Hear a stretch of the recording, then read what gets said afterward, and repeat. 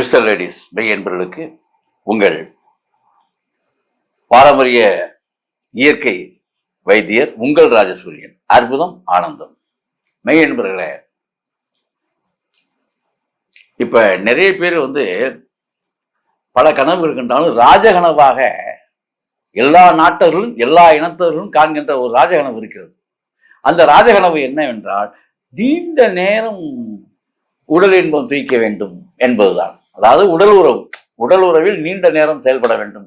இதற்காக பல்வேறு வகையிலே பல்வேறு பரிணாமங்களில் பல்வேறு வகையில் மருந்துகளை தேடி அலைகிறார்கள். அது நல்லா புரியுது. அதாவது நம்முடைய தமிழ் சித்தர்கள், நம்முடைய தாத்தா அற்புதமான உணவு முறையை சொல்லியிருக்காங்க. அப்ப நீண்ட நேர உணவு மேற்கொள்வதற்கும் என்ன மாதிரி உணவுகளை மேற்கொள்வது அப்படின்னு இப்ப அதுக்கான விடையை நான் சொல்றேன். அந்த இந்த விடயத்தை நீங்கள் உள்வாங்கி கொண்டால், அதாவது இந்த விஷயத்தை நீங்கள் உள்வாங்கி கொண்டால், இதன்படி நீங்கள் செயல்பட்டால் நீண்ட நேரம் மிக அற்புதமாக உடல் இன்பம் தூக்கலாம் என்று நான் நிறைய விஷயங்களை சித்தருடைய ஆசீர்வாதத்தோடு இதை நான் சொல்லிக்கிறேன்.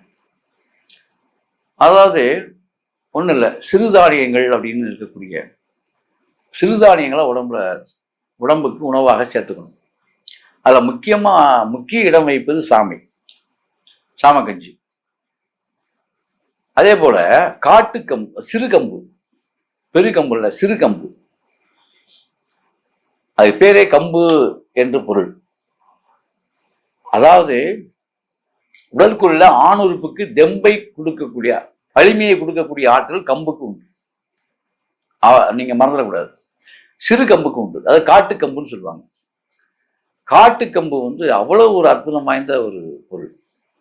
அது மதிய உணவாக உட்கொள்ளலாம், காலை உணவாக சாமி உட்கொள்ளலாம். ஒரு 48 தினங்கள் நான் சொன்ன மாதிரி உணவுகளை உட்கொள்ளணும். மாப்பிளை சம்பா என்கின்ற ஒரு அரிசி இருக்குது. மாப்பிளை சம்பா. இந்த மாப்பிளை சம்பா அரிசி தான் இந்த மாதிரி உள்ளவர்கள் மாப்பிளை சம்பா அரிசி சாப்பிடணும். ஒரு 48 தினங்கள் மட்டும் செஞ்சு பாருங்க. 3 வேளை இந்த மாப்பிளை சம்பா ரைஸ்ல மாப்பிளை சம்பா, மதியம் காட்டுக்கம்பு. இதுக்கு இதுவும் இதே தான். எவ்வளவுக்கு எவ்வளவு இந்த ரைஸு, கம்பு சோறு இதெல்லாம் சேர்க்குறீங்களோ அந்த அளவுக்கு காய்கறியை நீங்க சேர்த்துக்கணும். என்ன காய் சாப்பிட்றது? அவரைக்காய் கிடைக்கலையா? பீர்க்கங்காய், அதுவும் கிடைக்கலையா? கத்திரிக்காய் தாராளமாக எடுத்துக்கலாம். கத்திரிக்காய் உங்களுடைய நெஞ்சுக்கு, அதாவது சுவாசம் இடத்துக்கு நல்லது. கத்திரிக்காய், வெண்டைக்காய், இதெல்லாம் நீங்க உள்ளுறுப்புகளுக்கு தேவையான விஷயம். இதெல்லாம் காய்கள் நிறைய சேர்த்துக்கணும். அதே மாதிரி பகல்ல உருளைக்கிழங்கு மறந்துடவே கூடாது. உருளைக்கிழங்கு மிக அற்புதமானது. உருளைக்கிழங்கு நீங்க கண்டிப்பாக மதிய உணவிலே நீங்க சேர்த்துக்கணும். உருளைக்கிழங்கு அவசியம் இடம்பெறணும். இல்லை ஒரு உருளைக்கிழங்கு. அதே மாதிரி இரவு மாப்பிளை சம்பா சாப்பிடும் பொழுது கருணைக்கிழங்கு, அது பேரே கருணைக்கிழங்கு. அந்த கருணைக்கிழங்கு மாப்பிளை சம்பா அரிசியில அது குழம்பு வச்சு எப்படியோ அந்த இது தனியா வணக்கி எப்படியோ நீங்க சாப்பிடுங்க. சிறு கருணைக்கிழங்கு. அதே மாதிரி காலையில சாமக்கஞ்சியில கண்டிப்பா பூண்டு உரிச்சு போடணும், வேக விடணும். பூண்டையும் உரிச்சு போட்டு உங்களுக்கு தேவையான அளவு 10 பல்லு கூட போட்டுங்க, தப்பே கிடையாது. இந்த ஆண்மை பெருக்கம் வேணும்னு நினைக்கிறவங்க காலையில உணவுல, நைட்ல நான் சொல்ல, காலையில சாப்பிட்டீங்கன்னா தான் நைட்டு உங்களுக்கு உற்சாகத்தை அது தரும். கிட்டத்தட்ட அந்த மணி தேவைப்படும். அப்ப காலை உணவு சாமை கஞ்சியில சீரகம், பூண்டு, சின்ன வெங்காயம் இதெல்லாம் உரிச்சு போட்டு அழகா அப்படியே நறுக்கி போட்டு கஞ்சியா காய்ச்சி அழகா சாப்பிடலாம். வெந்தயமும் அதில் சேர்த்துக்கணும். யாரு இது எல்லாருமே சாப்பிடலாம். சுகர் கம்ப்ளைண்ட் உள்ளவங்க, பிரஷர் நோய் உள்ளவங்க எல்லாரும் சாப்பிடலாம். கட்டிய கல் உப்பு, உப்பு கட்டுறதை பத்தி சொல்லியிருக்கேன். கட்டிய கல் உப்பு. அப்ப இந்த அல்லாட்டி பெரிய உப்பு, அதாவது கட்ட தெரியாதவங்க என்ன செய்யணும், கல் உப்பே வாங்கி போட்டுக்கலாம்.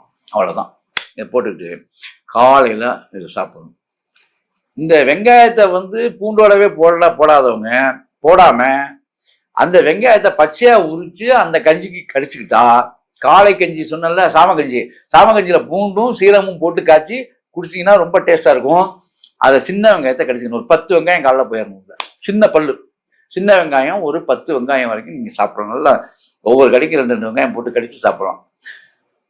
48 தினங்கள் அறவே இந்த ஆண்மை கோளாறு நீங்கி ஆண்மை பெருக்கம் அபரிமிதமாக ஏற்பட்டுவிடும். நண்பர்களே, குழந்தை பேர் இல்லை இல்லை என்று கோயில் கோயிலாகவும் மருத்துவரை தேடி அலைகிறீர்களே, அதெல்லாம் வருடத்துக்கு நீங்கள் 5 குழந்தைகள் தரலாம்.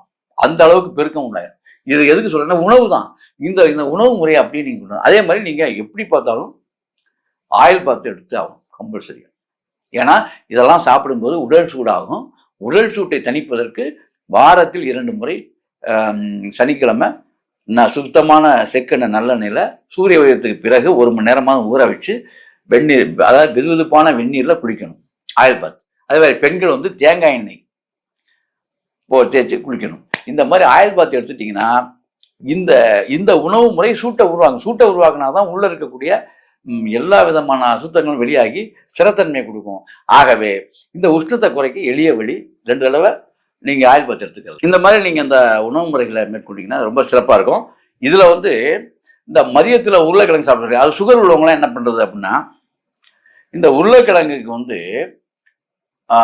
கடுகு, அதாவது உருளைக்கிழங்க பொடி மாஸ் மாதிரி பண்ணி சாப்பிடுங்க. உருளைக்கிழங்கு பொரியல் சாப்பிட்றீங்கல்ல, பொடி மாஸ் மாதிரி பண்றவங்க இருக்காங்க. இதில் வெந்தயம் சேர்த்துக்கணும். சுகர் உள்ளவங்க வெந்தயம் சேர்த்துக்கிட்டா போதும். வெந்தயம் சேர்த்துக்கிட்டா அதுக்கு ஈக்குவல் ஆயிரும். அதனால வரக்கூடிய சுகரை அது கண்ட்ரோல் பண்ணிடும்.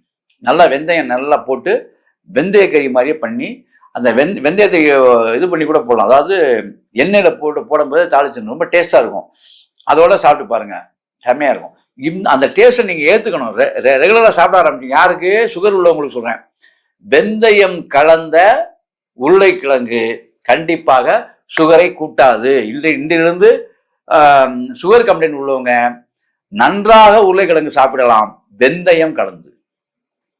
பந்தயம் கட்டி சொல்வேன், கண்டிப்பாக வெந்தயம் கலந்த உருளைக்கிழங்கு நீங்கள் சாப்பிட்டால் சர்க்கரையின் அளவு உங்களுக்கு கூடாது. சர்க்கரை கட்டுப்பாடாகும், கண்ட்ரோல் ஆகும். போதுமா? ஆகவே அன்பர்களே, உங்கள் வாழ்க்கையில் இந்த நம்முடைய முன்னோர்கள் சொன்ன அற்புதமான இந்த விஷயங்களை பயன்படுத்தி எளிய வாழ்க்கை, இன்ப வாழ்க்கையை பெற்று எல்லாம் உள்ள பிரபஞ்சத்தை வேண்டி விடைபெறுகிறேன். அற்புதம், ஆனந்தம்.